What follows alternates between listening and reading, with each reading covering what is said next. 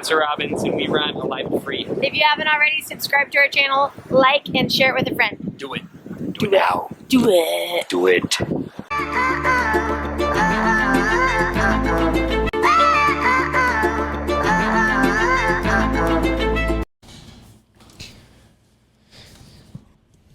Put your loop-de-loop and pull, and your shoes are looking cool.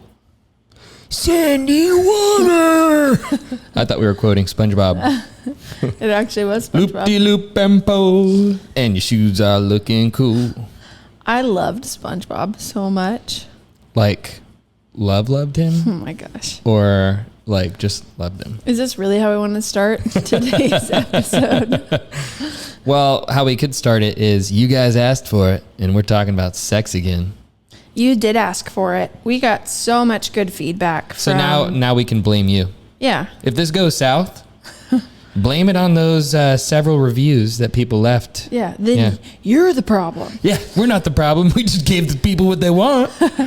Okay, so we wanted to continue our conversation about sex. Yeah. This might even turn into a little bit of a series based on the questions that you guys leave us in the reviews, because it is really inspiring for us. If we get to hear what you guys are really practically wanting to hear more about, learning, growing, then it gives us a lot of inspiration to continue this conversation. And don't let us be the only authority in your life on this subject. Like, you know, I think it's sad when people go, well, I disagree with this, and so they turn themselves off to something. Like, there are a lot of people that I disagree with a lot of things with, but I still like to absorb and learn from and gain wisdom from everybody that we learn from. And the truth is, what we're going to be sharing on is the combination of Sammy and I intentionally choosing into things in our lives, over and over and over again, learning, growing, and still being very much on a process, and also getting and receiving a lot of coaching, guidance, wisdom, knowledge from books, things that we've consumed while being mentored while on our own journey. And with sexuality especially, we are 4 years old. So we've only been married for 4 years. We definitely had things that happened before marriage with each other and other people. But the only time that we've created healthy sexuality has been just in the last 4 years of being married. So when it comes to emotional health in general, we're each about 10 years old because we've been on a really long journey individually and together as a married couple, and we've gotten so much leadership in it. But when it comes to sexuality, take it all with a grain of salt, because again, we're only 4 years old in this, and we don't think that we're gurus. We don't think we've arrived in any of it. This is just us inviting you into a conversation because we've been asked so many times. And I will say we do have a really healthy sex life. And I would say even more than not being like experts in it, it's that it's so hard to talk on the subject to thousands of people. Oh my God. You know, it's a way easier dialogue to have in a coaching setting, one-on-one, so a lot of the stuff that we teach and equip our coaches on, that our students in our programs and our students in our healing programs, we're teaching broad topics and understandings, and then we're coaching in those tiny nuances. And the beautiful part about this conversation, even though we've only been married for 4 years, is that a lot of emotional health and sexuality actually overlap. And a lot of our sexual issues that manifest are rooted in emotional needs, deficits, and pain points. And based on our childhood trauma is actually what creates our sexual preferences and our beliefs around sexuality and some of our issues that might be manifesting in our lives. And so what I do love about this conversation is so much of it comes down to the emotions, which is what we love going after. Yeah, and so today we're going to be talking about cultivating emotional safety and intimacy, and sexual intimacy as well. And my goal for this, there were several questions that came in for women that were like, I just have no sexual appetite at all, and I want to cultivate that. I want to be able to give that to my husband. And so that's kind of where I want to land today. But I want to take you guys on a journey of what that actually looks like. And it is a progression. This isn't just like do steps 1, 2, and 3, and you will have sexual desire again. This is a process. we have spent years and seasons cultivating each one of these things intentionally. And now in hindsight, seeing just with where we're at today, I can look at, oh yeah, in that season, we really went after X. In that season, we really went after Y. So we want to take you guys on a journey today. But well, I just want to highlight too, the reason why I think this is so important. You know, I was looking at videos on YouTube, like what are Christians, like what are influencers in Christianity talking about with sex and intimacy, to marriages, to singles? Like, what are they saying? What are the things they're talking about? And people really dance around the subject, and it's really scary, I think, to talk about something that feels so shameful for a lot of people, especially Christians. We feel scared to talk about it. We feel scared to talk about desire, intimacy. We want to feel so rigid with tying it all to Scripture, and the truth is like when I've read the Bible, there's so little about like the nuances in sexuality. And, you know, I felt so much shame as a Christian that was struggled with pornography my entire life, because there was nothing, there's like flee from sexual immorality. It's okay, well, what happens when that doesn't work? Yeah. You know, like what do you do to have healthy sexuality? How do I heal all of those neural pathways in my head that have been messed up? And I've heard this powerless cry from so many people around sexuality. And we've had so many married couples that have told us, like, I have no idea how to get turned on. I have no idea how to cultivate this. Men are feeling less than, women are feeling less than. Mm-hmm. They don't know how to appropriately build vulnerable connection and intimacy. And even a lot of the singles that are out there, this isn't just for married couples that are wanting to cultivate connection. This is for people that are wanting to have vision. I think pornography sells us a lie. And so does Hollywood, so does music, so does like all the culture around like the secular. Well, even romance novels and movies. Fantasy. Yeah. It's like this dream fairy tale that it's all going to be perfect. Once you find that person, everything's going to be perfect. And then we feel shame when things aren't perfect, or we start to question, is this not a good relationship? Is there someone that would satisfy me better? And we try and figure out what to do with all of our pain. And people are feeling so powerless. And then enough powerlessness goes on for 2, 3, 4, 5, 10 years. And now you're just resenting the entire relationship altogether. You're resenting sexuality, or you're having an affair with somebody. It blows up into some, like we've even seen pastors that have had affairs. And I think this is largely because we're not having a dialogue or a conversation around this stuff enough. Mm-hmm. We know people that we love that are having conversations around this. We are too, but it's not a public conversation where we're able to get all these things out into the light and sift through them without judgment, condemnation, and accusation and shame. Yeah. And I think shame is probably the thing that prevents people from talking about it. It's like, how can I have this conversation if I feel so much shame in my own sexuality and in the way that I view myself, or if I feel this looming shame over like there's something wrong with us, or we don't have a good sex life, or we still have things that we're working through. It's like how I think shame is the culprit for why this conversation isn't happening. Well, it's so scary to share vulnerable things and then potentially be judged by somebody else in it. Totally. But I think the beauty of this journey for us has been the more that we can own and heal our own internal shame, it's actually easy to have conversations like this. It's easy to, expose all the things that are under the rug. And so just know, as we're sharing this, it's been a long journey of us going after our own shame and having God come in and heal the way that we see ourselves and the way that we see our sexuality, which again, I said this last week, but it's a core part of our identity. Yeah. So all of that being said, we first want to talk about cultivating emotional safety and intimacy. Yeah. Because it is going to be very difficult for you to have really amazing sexual intimacy, like true sexual intimacy. And intimacy means into me you see. Means I'm letting you in, I'm letting you see me, I'm letting you impact me, and you're doing the same. Yeah. So true sexual intimacy, you have to have emotional intimacy cultivated for that to happen, for that to even be possible. Yeah. And I think too, especially for women, but I know it's true for men too, the more emotional safety and intimacy we experience, something happens in our lady parts. I don't want to be graphic in case you have people that are listening, in case your kids are in the car or something. And the audio's on loud and you got like a 3-year-old and 1-year-old. I could give some like shame-free words for sure if you were in front of me right now, but I'll try to keep it PG. Or we could just say, keep yoni. this in the... Your yoni. Really? Yes, I'm going to use yoni. What can I say for penis? Penis. Okay, cool.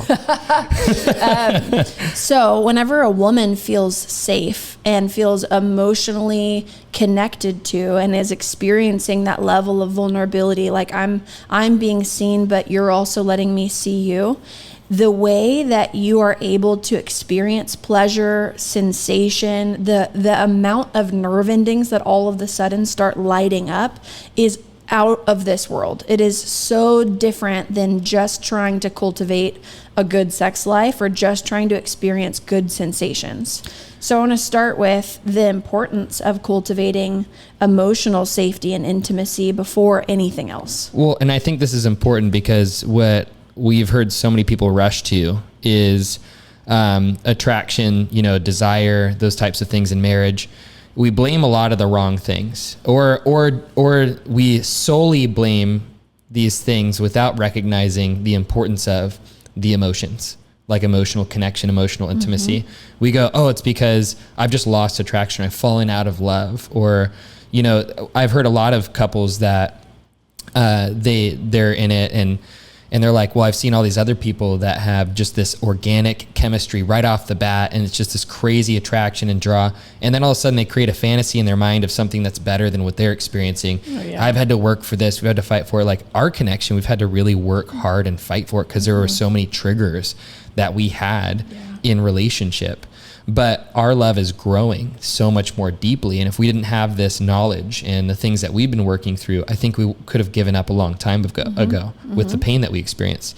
And I think a lot of people do give up because they feel powerless and they go, okay, it must be this external thing. It must be I've fallen out of love, or we're just not compatible with each other. Yeah. Maybe there's a better compatibility out there. They just don't meet my needs. They just don't see me. They're just not emotionally available. They put these big like blanket statements over things. Yeah, and then we hear women going, if he just pursued me, then I would be turned on and feel close. And the guy's like, if she just had this body, or if she just whatever there's just blaming on both sides. I'm sure we could get into a lot of like guessing what the blaming is, but I think it's so important to recognize the value and importance of there is this emotional intimacy, this emotional connection underneath that you can cultivate that actually brings out what you were just describing as this big attraction and this big desire, but it takes cultivating, it takes watering. Like the grass is greener on the other side, or it's greener where you water it. Yeah, so real.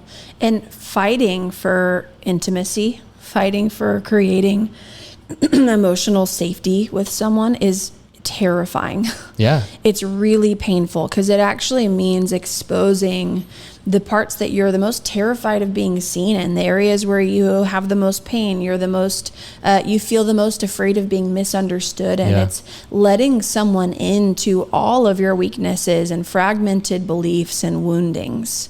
But whenever you get to be seen in areas of who you truly are, and I want to say too, like whenever you get to be seen in your mess, in your mistakes, you aren't your mess, you aren't your mistakes. That's not who you truly are, but it is a part of you right now, or it was a part of you in the past. It was something that you chose. And if you don't ever allow yourself to be seen in this, you'll have this constant narrative running through your head of, if they really knew me though, they'd leave me. Or if she really knew this about me and really knew how many mistakes that I made or messes that I made, then she wouldn't actually love me, or she would reject me. All of those secrets actually keep our walls up and keep us disconnected. And we aren't able to cultivate real emotional intimacy when we aren't fully seen and known in all of the messy and beautiful places of who we are. Yeah, and I think too, when we're talking about secrets, I know William Paul Young, who wrote The Shack, he talks about how his secrets grew claws and they eventually turned into him having an affair with his wife's best friend. And for me, relapsing in pornography early in our marriage, And really that was because there were so many secrets I didn't know how to tell you that were actually underneath those secrets. Because I think when, like, a lot of men, you guys that are listening to this are probably like, oh shoot, do I have to share all of my stuff that I would like my thoughts that I never want to share with my wife? Well, that, yes, but that's not the point. Like, I don't want you to be in the place where you have to hide those things, but underneath that is actually more important secrets. And I think that's what we're talking about, is that there's big pain. You know, for me, getting to the point where I could share with Sammy, like, I want to talk to you about feelings I have, but I feel so scared that you'll see me as broken, because I'm so scared that I'm that broken little boy that I felt like I was my entire life. You know, like, getting to that real pain, like getting to the point where we've built so much safety with each other to be in our biggest pain. Because the truth is, like, a pornography addiction, for instance, that is a deep, deep need and longing for nurture, security, safety, love, significance. And it was a need originally in a child's heart that it didn't know how to get its need met. And so that child went to a fake form, a substitute for that feeling, that need getting met. And then it creates an arousal template around something, but it gets triggered anytime we're in pain. And it does take relearning to get needs met underneath that stuff. And I want to say too, this is true even for those of you who've gone through sexual abuse and molestation. When we have specific experiences that happen, it builds arousal templates. So I know that we have clients that fantasize about specific scenarios that are actually painful and abusive. Well, even but it's fantasies about parents, fantasies about older people, same sex, all sorts of different things. It's their trauma that's put on repeat, but now in a fantasy, because it's their arousal template. It's their only association to sexuality and sexual intimacy, even though it's toxic and abusive and painful. And so we create arousal templates based off of our experiences. So I just want to say this is true with pornography. It's true with abuse situations. It's true just with different experiences that weren't super traumatic. And I think it's important that we built so much safety with each other, wanting to be the safest place for each other. Like, you getting to put your hand on my arm and saying, like, I want to be the safest place for you. Like, you can get it all wrong, but I still want you to share everything with me. Like, even if you didn't get it right, even if you failed, like, I want to know, and I'll love you in it. That took time for me to come around to, because that took time for me to come around. Yeah. Well, it was terrifying knowing that I might share the darkest of thoughts and feelings, and that you would judge me in it and validate the fear that I am a broken, bad, disgusting little boy that is unlovable. And that was something I needed to learn how to deal with on my own, but also something that gets triggered in marriage that you need to bring to your spouse and find freedom and healing with that person. And I think it's not just your behaviors. Like, I know for me, it felt like when I started getting into that space where we're sharing secrets, I thought, man, am I just reporting everything so that she can feel okay and deal with her pain? And it didn't feel safe. And I think in a lot of ways it was that for both of us. But really getting to this point where you're sharing secrets with each other, respecting the fact that there is a scared little boy and a scared little girl existing underneath the surface, that both of them really want to be loved, and recognizing I'm giving you the okay to be a scared and in pain little boy or little girl. And the more you can give each other space and safety to be that at the core of your marriage, the more that love can abound, the more that God can be at the center, because you're both collectively recognizing your need for a love that you both cannot give each other. Yeah. And one thing that I'll say too is, for me, because there were different seasons of hiding and lying, or him wanting to share, not knowing how to, him not knowing how much to share, because it felt like there was so much that was being hidden from me. I needed full, brutal honesty so that I could process through my pain, because I felt in seasons manipulated from, like, oh, I'm only getting partial information, so I'm not able to actually fully see and know what's going on, so I don't actually get to work through all of the pain that this is triggering in me. So for me specifically, I needed brutal honesty, 100% vulnerability, vulnerability, transparency, exposure. Not everybody needs that. I know a lot of couples where the husband will share something with his wife and she's like, okay, that's all I need to know. You know, go talk to your guy friend, da da da da da. And so every couple's need is different, but it's important for you to know what your need is and for you guys to fight to get that need met so that you guys can have safety and that intimacy. Yeah. It's about meeting that need. And I think regardless of how much honesty you need or how many details you need, whether this is for a husband or a wife, it doesn't matter. I think it is important to fight to get that need met and to be as seen as possible, as known as possible in all of the mess and all of the details, because I actually think that that's how you get love in. Yeah. I know that when Spence and I were dating, I wanted to know his entire history, everything he had ever done, any mess he had ever made. And he wanted to know the same for me, but we never really went into graphic details about things. I never asked about timelines, but I wanted to know. But I think I also wanted to not have to fully deal with the pain that could bring up in me. And I think it didn't impact me as deeply when we were dating as it did when we were married, because our level of attachment was so much deeper. Our level of intimacy was so much deeper in marriage. So you had a greater ability to cause me pain because of how much I let you in.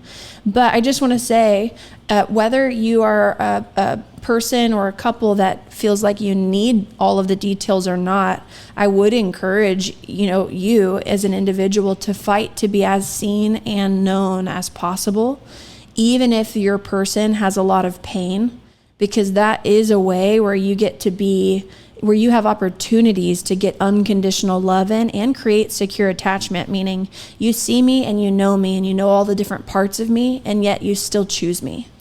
Because I think you had to, in that process, really own a lot of blame and accusation and ways that you destroyed safety for me. Because I think about this conversation and couples and men listening to this and just thinking like, man, but I feel like vulnerability is required of me and I don't have a choice to share what I want to share and grow in safety with a person. And I think that's why it's necessary to get help and leadership and coaching and work through these things in the context of like getting counseling together. If you don't know how to be vulnerable or work through your shame, you should learn how to do that. Yeah. Because your shame will destroy your ability to actually let love in. And I think for us, while it was a messy process, I have not heard one other couple that has not gone through a messy process.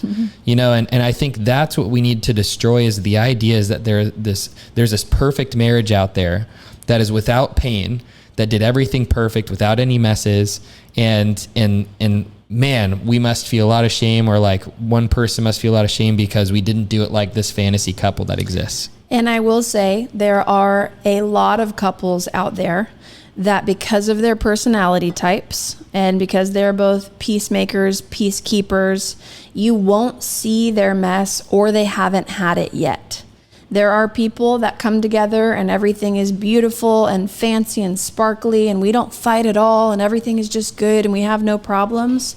I don't know of a marriage that has lasted for 20 to 30 years that didn't eventually have all of the shit that was under the rug get exposed. Where they realized, oh my gosh, I abandoned myself for years. Oh my God, I gave up my voice. Oh my gosh, I was so passive for so many years. And so there might be couples in your life that you see that look sparkly from the outside, but the reality is because there's two humans that come together in a broken world where there is sin, sickness, death, disease, destruction, there will be pain and there will be mess. It just might not have happened yet. Yeah. But I'm personally a fan of like, let's shake the rug out as frequently as we can, because I don't want to lift the rug up in 20 years and realize that there is a mountain of dirt underneath here that I could have been chipping away at over time. And for me, I want the security and the safety and the connection and the fruit that we can produce if we're constantly going out and after that stuff together all along the way. Yeah. So I want to kill the glorification of couples that don't fight, that don't have mess, that don't have pain, because they will eventually. Yeah. And I'll have several book recommendations for men as well, that, you guys can read to go through to really own your life and get free from shame. And because I want to start talking about what's really underneath that men can do to really cultivate that emotional intimacy, that pursuit inside of a marriage that I had to learn. That was really excruciating and painful for me. You know, I got triggered into a lot of passivity when we got married, and I felt so able to own my life when I was single because I'd worked through so much as a single person in coaching and just had done so much process. But then I came along. You came in like a wrecking ball. That's good. Yeah, thank you. And Sammy did come in like a wrecking ball and wrecked all of my safety and security. My little thing that I'd created that just made me feel so safe and secure. And on top of the fact. Tell me about that fact. On top of the fact that I couldn't be safe for Spence for the first, in layers. I grew over the last 4 years of our marriage. I grew in safety the entire time, but I really didn't know how to cultivate real safety for him to be seen and known and to trigger until probably about a year ago, over a year and a half ago now. Well, I think you had so much dad pain that you were taking it out on me. And all of Spencer's pain and triggers and mess triggered all of my childhood pain, which took away all of my feeling of safety that he had created in this illusion of him being a man that I could be with that wouldn't cause me pain. That there was this man that existed that could help heal my childhood pain. And so I would get massively triggered anytime he had triggers, pain, mess, no matter what it looked like. It was such a threat to my own safety and my own sense of security. So I didn't know how to be safe for him for a really long time for him to be fully seen and known, on top of the fact that he had all of his own issues that he brought to the table. Yeah, totally. Well, I do want to jump back into pursuit and everything. So this, and I think this is really important because it's like I said, this is what's really under the surface for the struggles that I had is I didn't know that I was abandoning my heart and my needs all the time, over and over and over again. And marriage had become this life-sucking force in my life, internally. Right? Like externally, I'm like, this is great. But internally, I felt imprisoned and trapped. Mm-hmm. And I knew logically, like, I can't blame Sammy for this, but for some reason, this marriage feels like it's destroying all of my freedom. And I couldn't admit that to Sammy. I think that felt like a secret that really grew claws, because I was, how do you share that with a person you love and know that it's not her, but not know how to communicate that? And I knew that I had so many triggers, but I didn't know why. And you didn't know how to work through them. I didn't know how to work through them. And for me, family, like the way that we did family growing up is, and really life with my mom is I saw that there was so much need emotionally in our home and we didn't know how to get our needs met, that every interaction with mom was an opportunity for me as a man that loved my mom, as a boy that loved my mom. It was always an opportunity to abandon my needs to make sure that her needs got met. And it wasn't even something she wanted. Like if you were to ask my mom, like, did you want your little boy to abandon his needs? Heck no. She never wanted that, but she had such strong need. And as a little boy, I saw that and I didn't know how to get my needs met without trying to meet her needs. And so I felt suffocated for so long, and marriage all of a sudden triggered me back into feeling like I'm trapped in a relationship where I have to abandon my needs in order to satisfy mom's. And I watched my dad sacrifice his heart and voice in marriage to satisfy my mom. And I had no other model besides the passivity that I saw and that I saw from other men in the church that had demonized themselves and the messes that they had made. And so I just saw marriage all of a sudden as I'm a man that needs to get out of the way and destroy myself as much as possible in order to make sure that Sammy's happy. So I'm broken again. So it flashed me back to me being a little boy in kindergarten, told that I have ADD, I have to take pills to fix it, and no friends want me or like me. They actually want me to change in order to be loved. And so there was all that under the surface. So why would I know how to pursue?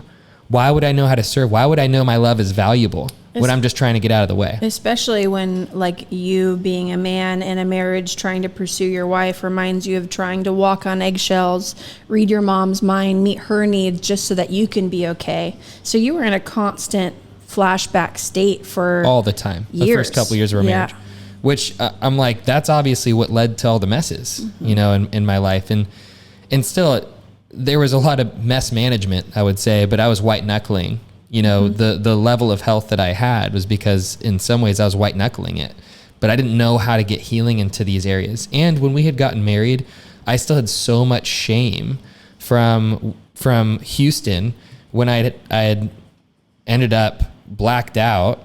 A girl had drugged me and I woke up in bed with her the next day. And that was the first time I ever had sex. And I still carried so much shame from that and didn't know how to heal even into the first part of our marriage. So there's a lot of different things that were hitting me at different angles. You just dropped a bomb for our podcasters. Maybe I'll talk about that some other time. Good thing you've gone after so much healing. I know. Yeah. So I'll talk about that sometime because I think it is important to address that, but probably with a lot more information. So we will get back to that story at some point. And it's a really good point of any unhealed sexual trauma or emotional trauma we've been through will get re-triggered and heightened in our marriage, and it'll be something that is under the surface all of the time until I actually give the time, energy, and attention to healing it. Yeah. And so here's what I had to recognize, though, is that Sammy didn't want my perfect behavior. Sammy wanted me to be vulnerable and share what was happening inside of me. The reasons why, like when she got to connect with the vulnerability of everything under the surface, she could see the little things that I did as big pursuit, because she would see how much it cost me to do those things. Yeah. And I got to grow, but in a place where I was like, I'm sorry, I want to know how to do this, but I don't know how to do this. And the more I could share with her statements like that, we could have heart to hearts where I'm like, I want to love you. I want to care for you and express it. I don't know how to express the love I have for you. And I feel not enough. And I feel like I'm less than. The more I could get to those soft emotions underneath the shame, the guilt, the I'm not good enough, I'll never be enough for you, like the narrative that I believe is there that really was triggered from my old pain.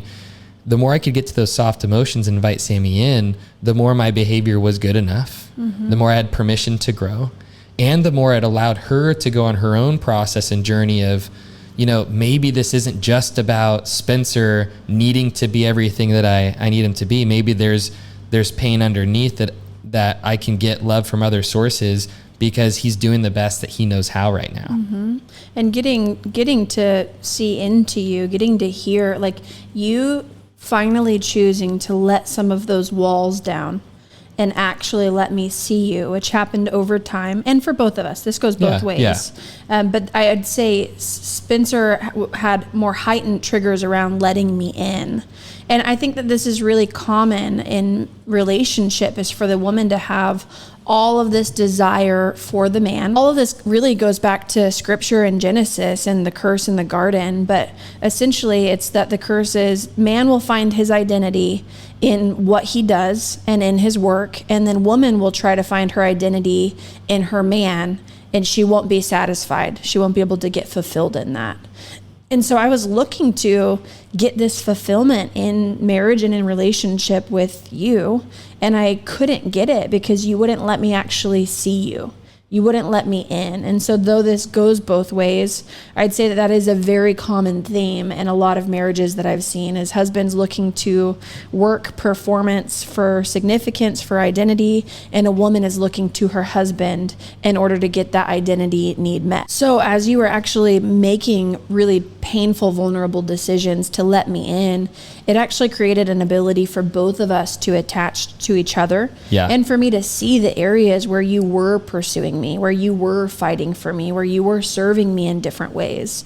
A lot of pain in marriages is because each person doesn't know the ways that their spouse is trying to love them and trying to serve them.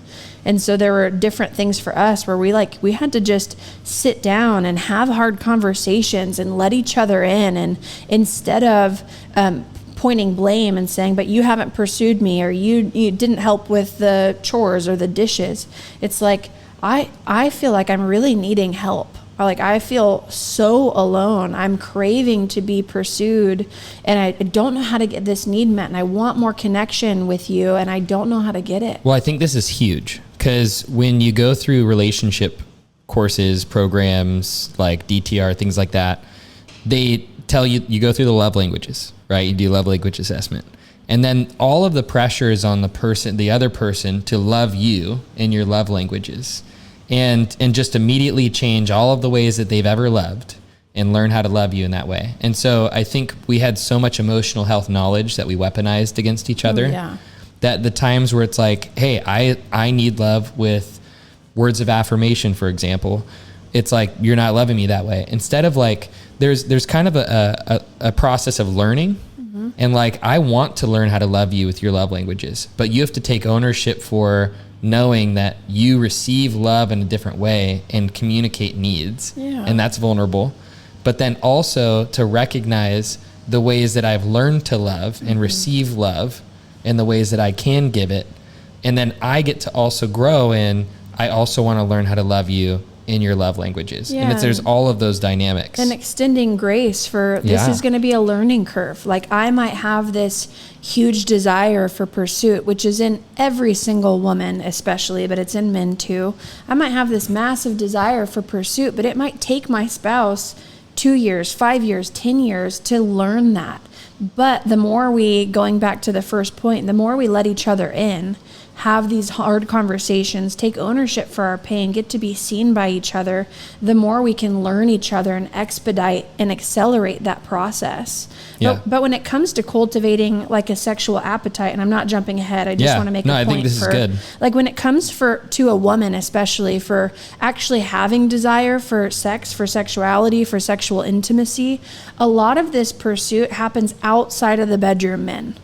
This is very, very important. And I think a lot of men would know that logically, but not know exactly how to do it or when to do it. Or they justify by saying they're busy, there's not enough time, they've been working, they're just tired. There's a lot of men too that I think bypass pursuit in all of the other ways. Here was actually my problem. So I'm going to say this because I've talked to other men as well about this. Is they are convinced that no matter how much they do, it will not be enough. And so that it feels there's this apathy that comes in of like, why would I do all of this stuff to pursue you when I know it's not going to be enough for you? Because you're still going to share your pain with me, and then I'm still going to be reminded of how inadequate I am. I'm going to make it a story about how I'm not enough. And so women have to own their needs, and then men have to own their inadequacy. But we cannot throw that at the other person. I can't be like, you need to own your needs. All I can do in a moment is own, this is triggering of my inadequacy, but her pain cannot dictate who I am and how good enough or not good enough I am. And when I can come from that strength, I can do anything and love you and know that it's going to be more than enough because it's the love that I have to give. You know, and then you will grow to see that you'll be on your own journey. But as I got free from needing to do things to get a response from you, for it to be enough for you, then I started feeling free to like, I can take care of the dishes right now, and I would love to do that for her. Oh, I would love to touch her more, like getting to hear you say multiple times in pain, like, can you just touch me? Like you touching my arm, being like, can you touch me more? I'm like, oh God, yes. You know, like, let me just hold you. Like, you getting really good over the years of, instead of communicating the last 2 weeks of lack where I haven't shown up, in a moment saying, could you maybe touch me a little bit more today? Bringing it to a moment, a way that I can actually be powerful in the moment, has been so powerful. And then I learn over time all of these things that I'm thinking about now to love you. And then getting to see that it moves you, I'm like, oh, I feel powerful. I feel like a man getting to impact you. Yeah. And something that I've learned even in my pursuit of you is how moved by affirmation you are. So if I might have a moment where I'm in pain because I actually haven't felt this in forever, because you are so helpful now, and I feel so loved by you. So this feels like foreign to talk about. But I remember feeling like I needed to do everything all of the time in our personal life outside of the business. I knew in the business you would take things over, but in our home, I had to do everything. If I asked for help, sometimes there'd be like a huff or a sigh or something like that where you'd be frustrated. And then I'd be like... because I would do it, but I was like, ugh. Yes. Like she doesn't see the 10 hours of stuff I'm doing the rest of the day. And then it felt like it invalidated the fact that he even did just unload the dishwasher, because I'm like, well, now I don't feel loved. You just did it with an attitude, you know? But you're a slave laborer for me. In moments, I might have pain of like, oh, I want to be helped. And like, I might have this trigger of feeling like I have to do everything on my own.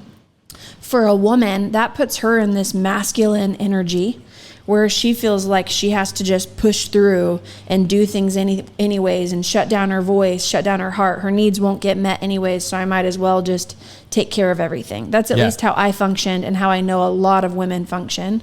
But that actually suppresses sexuality, sexual appetite, surrender.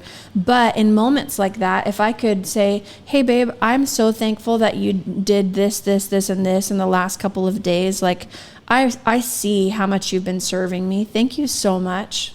That helps my heart. I feel so much more connected to you, even when you do little things. And like, or for a long time, whenever Spence lost his attitude about helping, even though it was very mild, you guys, but I could feel it and it triggered me.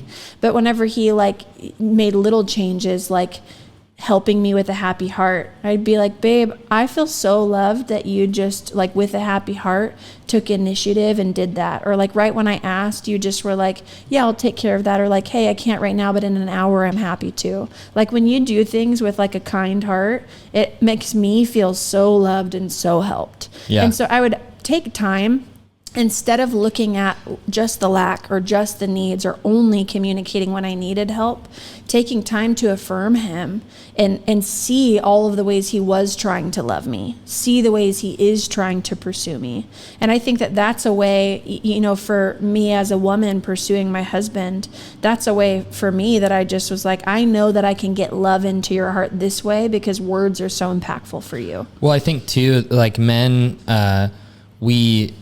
we typically want to shut down all of our needs. Like we think that there's this alpha male that is the needless man, and it's just not true. Men, we need to have needs, especially in a relationship. And I didn't own that I had needs, and that's what led to needs getting met in unhealthy ways. Yeah. And that's what so many men do, is they shut down their needs for so long, their heart needs, and those heart needs will find a place to be expressed, whether you like it or not. Yep. And that's why I think it's the courage of a man to figure out, what does my heart need? And whether it's something that your wife can step into or you need to take care of for you. You know, I think so many times we want to die on the altar of our marriage, but our wife is never asking us to do that. Our wife is asking for a whole man, and we don't know how to do that. And so I had to apologize. I had to get to this point where I would share with Sammy, I want so badly to know how to do these things. But I wasn't apologizing because I was admitting that I'm wrong, bad, broken. But I when I started getting to this point where I'm like, I want to be these things for you, but I don't know how. And I'd never learned how to pursue, and I never learned how to do these things, and I never learned how to have needs. And I felt like I'm depleted all the time. Like when we've had more and more conversations like that, and I was able to vocalize that pain, she was able to love me in that.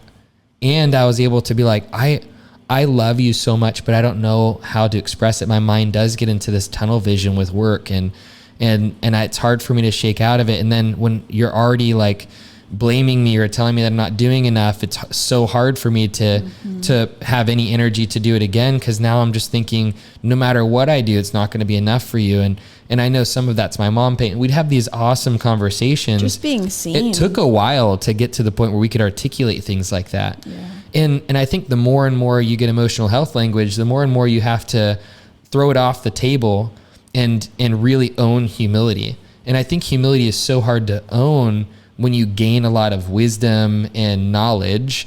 It's that much more you have to lay that knowledge and wisdom down. You want to use it as a protector. You want to so bad, because it's so easy to be like, well, I can see all of the ways that you need to fix your stuff, so stop trying to blame me. Yeah.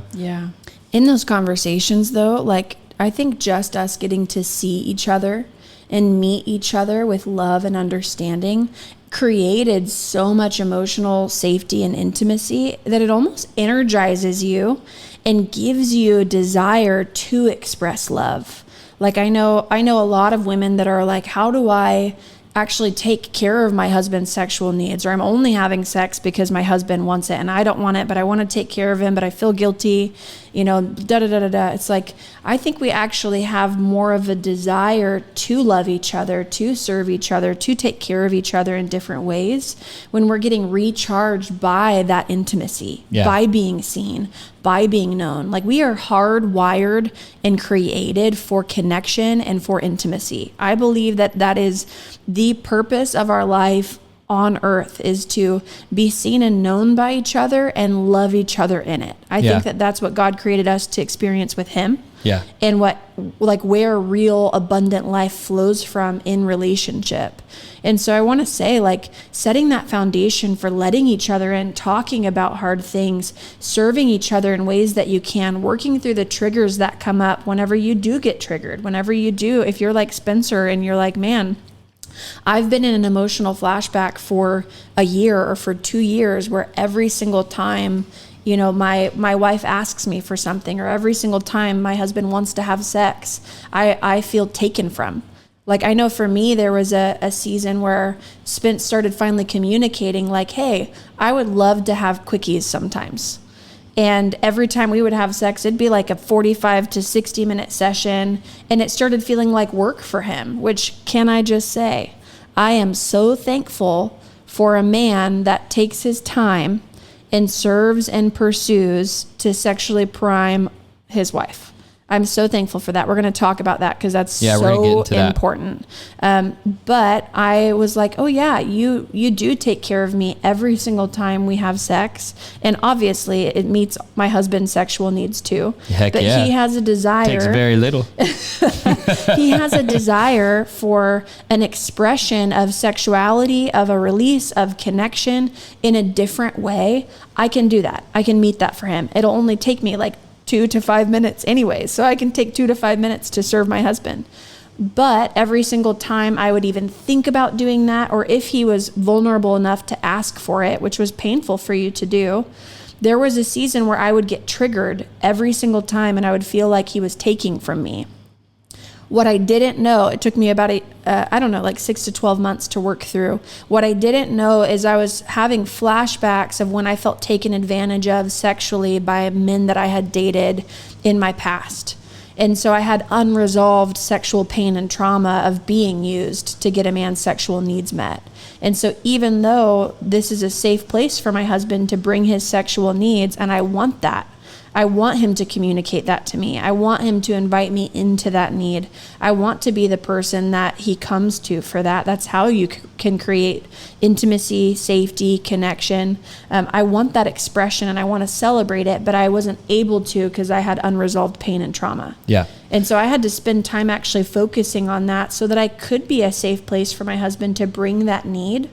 I want to share. I want to jump back into this. And this is really important. Okay. So one of the things that caused me to have unhealthy expressions of sexuality and to be shut down in our marriage and not be able to pursue Sammy was I shut down my sexuality entirely. And I hated my sexuality subconsciously. And I was trained to hate that for so long because that was the only way you deal with pornography or lust or any of those things, says the church. It's the unspoken statement that they make. And what I had to learn in our marriage was to recognize how much of a gift my sexuality is, but also to not be limited to the understanding that my sexual urges and triggers need to be sexually expressed. Yes. It was actually letting that energy not go to my head in fantasy and not go to my genitals in needing to, like, having that desire to have a release. Exactly. Some type of sexual release, but letting it go to my heart. And so in those moments I started learning, like, wait, the first thing I need to do is that this urge, whatever caused the urge, whatever it is, that whether it's just my body having an urge, whether it's I'm out in public and something caused an urge, something, I let it go to my heart, not to my head in fantasy, not to my genitals in like wanting to go into the secret and have an expression, or even with you, but going, I can love Sammy right now. I can be a man and like ideate and build something. I can serve. I can, it's recognizing that it's actually good energy. It's a good energy. It's not a bad energy. That you can channel. Like sexual desire is an energy. It's a creative energy. It's a creative expression. Yes. That you can actually channel for good, regardless of what sparked it. It is creative energy, and that is why it ends up in creation and conception, which is with a child, which is sex. And so that is a form of creation energy, right? But that energy, when recognized as good and cultivated and disciplined in a healthy way, it can be expressed in, there's all sorts of different things it's expressed in. Like I've done workouts. I've gone creative and strategic in our business. I've served Sammy. I've loved her. I've grabbed her, like held her body and just kissed her on the face. Like I let those be not just things that turn into a sexual experience right in that moment, but with Sammy in that relationship, I started realizing like this energy is good. And at the end of the day, when we do have sex, or if it continues on till tomorrow, I can use that energy actually to bridge a gap in any disconnection that we're feeling in our relationship. I can let that turn towards her and not away from her. And I think anytime I labeled that urge or that energy as bad, I would not bring it towards Sammy, or I'd not let it turn into a love exchange. I would not let it turn into creative energy. I would just try to figure out, how do I shut this down? How do I turn it off? This is bad. And then you have the thought and shame cycle that eventually doesn't lead to good things. Yeah. And so for a lot of men out there, you need to let those urges and energies lead you to loving your wife in the ways that you can in the moment, into sharing and expressing that creative energy in whatever form you can. Even being with men, talking with men, there's like a masculine energy that gets exchanged when you let that energy all be in your heart, and you're a heart-led, heart-driven person. Yeah, and two, like taking that energy and let it drive you into pursuit. Let it drive you into vulnerability, because you're storing all of that up really for an amazing sexual experience. Yeah. If you're channeling that, saving it, protecting it for your spouse, it actually creates an amazing experience because you didn't get that release. But when we go to an unhealthy source to get that sexual need met, and when we only sexualize it in an unhealthy place, it actually kills any energy that you have to pursue. Yeah. So you want to find ways to actually channel it. But I'll bring it back into our second point, which is pursuing your spouse outside of sexuality is a beautiful way to cultivate a really healthy, satisfying sex life. But that doesn't go without saying, like for a man, after you've pursued your wife outside of sex and loving her, serving her, affirming her, making sure, especially if you're a man who's been apathetic in your pursuit, you're probably not going to have a wife that is aroused or turned on or feels safe or wants intimacy or desires sex. So for those of you who haven't leaned into that, that's my first kind of commission for you, is find ways to pursue and cultivate vulnerability, intimacy, and love and servant-heartedness outside of sex. And it will prime her for wanting sex, but there's still a job for the man and there's still a job for the woman. Yeah. The next thing is I also had to let myself like really enjoy your body a lot more too, like throughout the day. Like giving you a little slap on the butt, like grabbing you at different times, like letting myself be like, no, I'm a man and this is my wife. And it's cultivating desire and love, because love and desire sometimes are completely different. Yeah. And love is that deep stuff that you're building and learning and becoming more like God, and you're letting Jesus teach you. But then desire is like, I'm letting myself desire you. I'm actually okay with my desires. My desires are good. I'm letting them, like lead me into expression with my spouse, and desiring, bringing all that desire to your spouse is really important. And I loved that personally because we had so much emotional connection and intimacy. Our whole marriage we have, even through the seasons of disconnect and pain, we've always had a lot of emotional connection because we're always having hard conversations and working through things, even when we've felt stuck or even when we're triggered in a lot of pain. Yeah. So because my husband has been so emotionally available in different ways and had to shut down sexuality, I wanted to see that pursuit like sexually towards me outside of connecting emotionally and outside of the bedroom. Yeah. I needed little moments of pursuit for me to feel like, oh, you love me, you want me, like, and I'm letting my desire be awakened for you, and like I'm letting you pursue me in those ways. Yeah. But it is so important, like, to cultivate that pursuit for both parties outside of the bedroom, and let it kind of pour into that bucket of sexuality and sexual expression. One thing that I want to say too is I have heard of so many marriages and I guess relationships in general, but we're fans of saving sex for marriage. I think it creates so much more safety, trust, intimacy. We're fans of it. We love it. But what I've heard in so many marriages is men that don't really pursue their wives sexually or spend enough time on their wife. For a man, most of them don't know. Most of them don't know. Yeah, like we're trained that sex is more for men than it is for women. Or they see their wife not enjoying sex, just doing it like it's a duty for you. She's not really turned on. So you're like, well, I might as well get this done as fast as possible since she doesn't really want this and she's just taking care of me like it's a duty. Well, a man can rev up and then be done in a second, but a woman takes time to actually open up. I love when Spence and I think we were actually just friends. He said, women are like flowers, and the more that they're pursued, the more they open up and bloom, and you can actually see their beauty, smell their fragrance. And that's true emotionally, and that is most definitely true sexually. There's something about the yoni. It's my word that I'm going to use. I think we can say vagina. There's something about the yoni that it is tense and tight and locked up most of the time for women.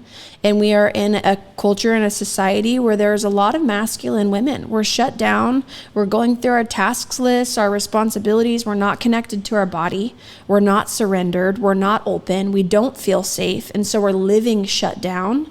And your yoni, your vagina, is the exact same way. It takes time for it to soften, expand, loosen up, moisten, all of the things for it to actually feel good. Like truly, for sex to feel good for most women, there needs to be at least 10 to 20 minutes of pursuit before it even feels pleasurable for a woman. And that can sound like a duty to men. Yep. To just do 10 to 20 minutes of work just so she can get open. It's like, no, it's a place to enjoy the time, like enjoy the experience of your body, to enjoy the excitement for what's to come, remembering the last sexual experience, remembering what it's going to be like again. Like there's all that time leading up. It is important because now I'm more like, I want to savor this experience. I don't want it to be over. Yeah. I want to enjoy every single aspect of it. It's the delayed gratification that's actually really healthy for men to experience because they're so used to getting the quick release that actually getting to continue channeling that same energy we were talking about, even in taking your sexual desire and urges and putting it in other places throughout the day. It's the same thing during sex of like, I'm actually going to experience disciplining this so that I have a better reward on the other side. Yeah, totally. And I think it feels triggering for men feeling inadequate or not enough. And there's so many things that go into this. Like, you know, it's hard to know how to do it. It's hard to know what to do.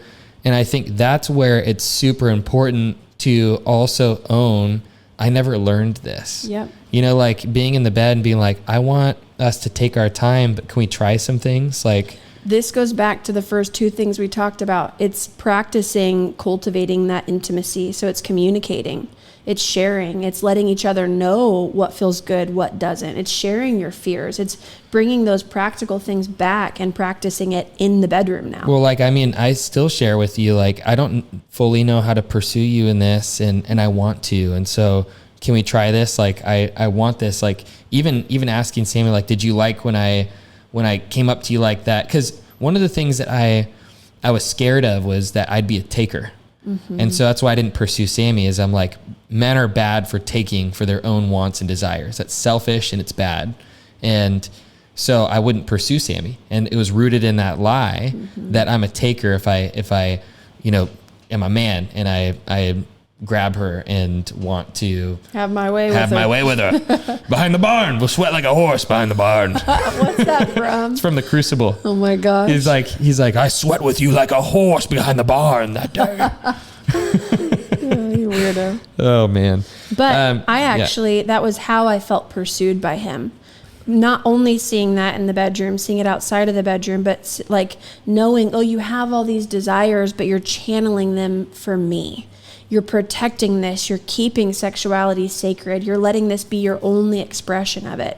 So I actually wanted that. So it was a journey that we both had to work through, but it comes back down to communicating, sharing with them, like, I love how hard you're trying. This doesn't feel good for me. Can we try this instead? Yeah. You know, and it's like letting yourself be seen and known, not being afraid to express desire, not being able to, like, not being afraid to be seen and known so that this person can learn you.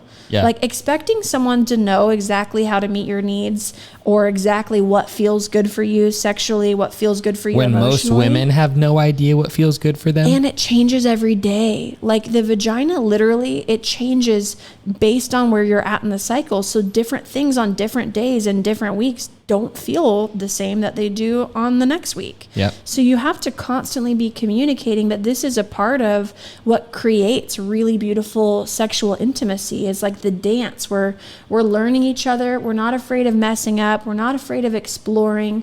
When we are afraid, we're sharing it with each other and we're working through it. But for men, taking your time on a woman will actually create more of a sexual appetite for your wife, because she'll feel like, oh, this is a time where I'm getting to be pursued.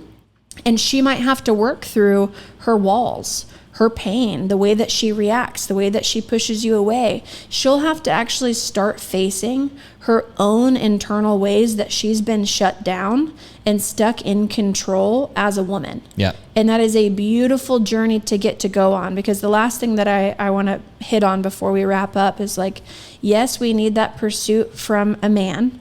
And yes, we will still have to cultivate our own turn on.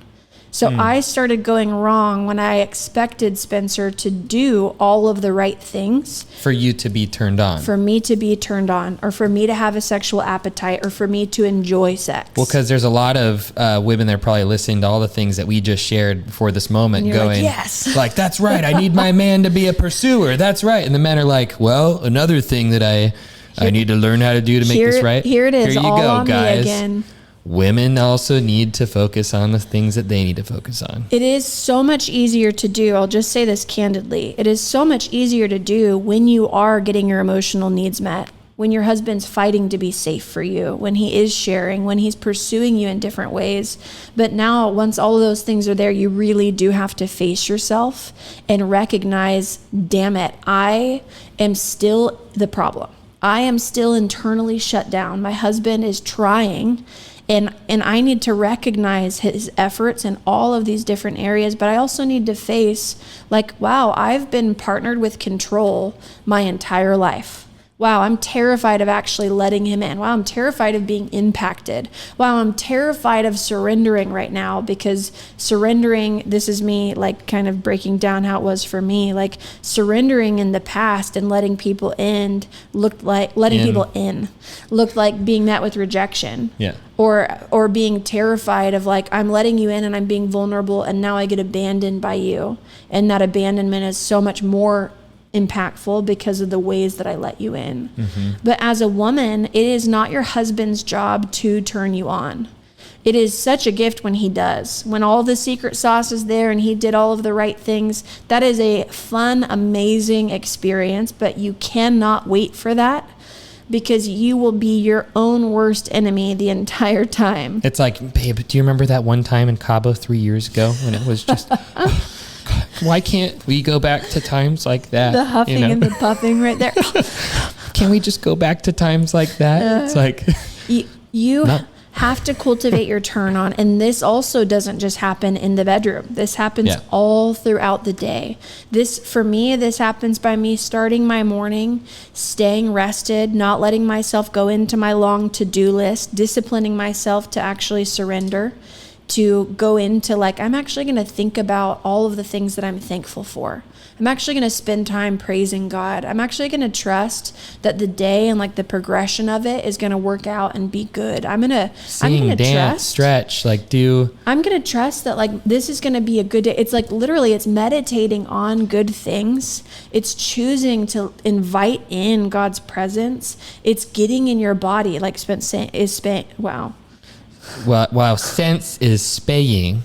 Like Spence is saying, for a woman and for a man, it's really important for you to get into your body, for you to stretch, dance, do yoga, sing, do things that get you into this creative space where and to not make it sound weird, like we're so in our heads all the time. Yes. Where we're just so in our logic that emotions are energy in motion, right? And so energy is felt in the body. Emotions are felt in the body. So getting in your body is really important to get out of your logic, because what happens is we get so stuck in our sympathetic nervous system that we're in fight or flight all the time, and then logically deducing things, and we're not feeling or connected to life. And so getting in your body is so important through these other activities as well, because we are a logic dominant culture. Yeah. So it's not and I know it sounds to so many people new agey, and I know it's different concepts because it's not commonly known or understood in scripture, the things we're talking about, but neither is building a house. And you don't go to build a house and figure out how to build a foundation and the framework and all that different stuff by reading scripture. There's wisdom that exists. You don't read 1 John to learn how to build your house. There are extra biblical things, and this is one of those things where it's like, no, it's important to feel and connect in your body and get out of being logically dominant. Yeah. And so as a woman, like cultivating, letting go of control and practicing surrender, getting into your body, like having good mindsets, meditating on good things, thinking good things about your husband, expressing the things that you're grateful for, like cultivating, like that's feminine energy. Is like, I'm actually going to get into the flow, and I'm going to get out of my long to-do list and me being hijacked by all of the things I feel like I have to do, or all the things that are going wrong in my life that I'm stuck thinking about. We have to get out of that and get into this state of surrender. And as a woman gets connected to herself and can own and explore and take ownership and responsibility for the things that are going on in her, that actually is where a woman will cultivate her turn on, is by her being connected to her. And so even though we hit on a lot of different... I wanted to add this thing real quick, is setting aside good chunks of time in the bedroom together. Yeah. So scheduling yourself an hour and a half, like if you need to at different times, especially when it's like, we don't schedule it, we don't have time, we never make time. You gotta make it. And I'm not saying every sex experience should be scheduled, it shouldn't. But I'm saying have moments where you're exploring your body. The woman's body needs to be explored by both herself and the man. Mm-hmm. And in sexual experiences, it's important to learn what is satisfying, what feels good, and you guys should do that together in the bed. And so for some of you single people that tuned us out a long time ago, it is important, like knowing that in the future that you can be vulnerable. You want to find somebody you can be vulnerable with, because sex is the most vulnerable thing you can do with a person. Yeah. And it is important going into it we want to learn together. I wonder if the Bible doesn't talk much about these things because they're meant to be explored in intimacy. It's like the Bible cannot contain everything that we were meant to know in God, but it's meant to be explored in relationship. And this is one of those things. And for you single people too, I just want to say that there's a lot of wisdom in not prematurely awakening love and sexuality. Yeah. So for some of you that are listening to this, I want this more to give you, especially if you have a commitment to protect your purity and to save that for your husband.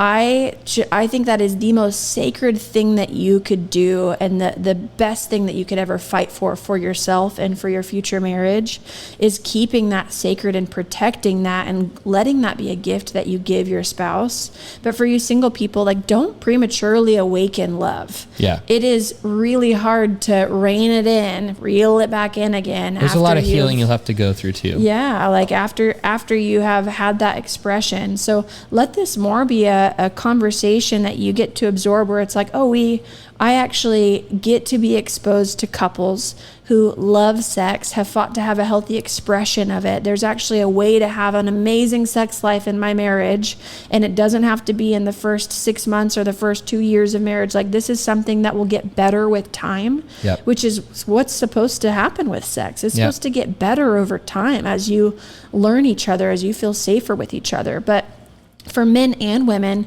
you need to pursue each other. You need to let go of blame, take ownership and responsibility for your needs, your desires, your wants, but then also cultivate and channel your sexuality and your sexual appetite and give it to each other as a gift. Yeah. Don't just expect your spouse to be the one who can come in and meet all of your needs without you ever having to communicate or let them in and let them see you to have that. I remember there was this book that I was reading where they were saying sex for like 18-year-olds or like teenagers is like sexual pole vaulting. It's just like, that's all it's good for, is just like the erotic, like sexual stuff. But then like people that are having sex in their 60s that have been married a long time, they're like seeing deeply into each other's souls in the experience. And that's the goal, is that we more deeply, there's still the erotic fun of sex as you grow. And obviously, again, we're still so new and fresh in our journey. But it truly has grown so much more deeply to be able to see and know each other, to where it's so much more satisfying than any other sexual experience that I've had, honestly.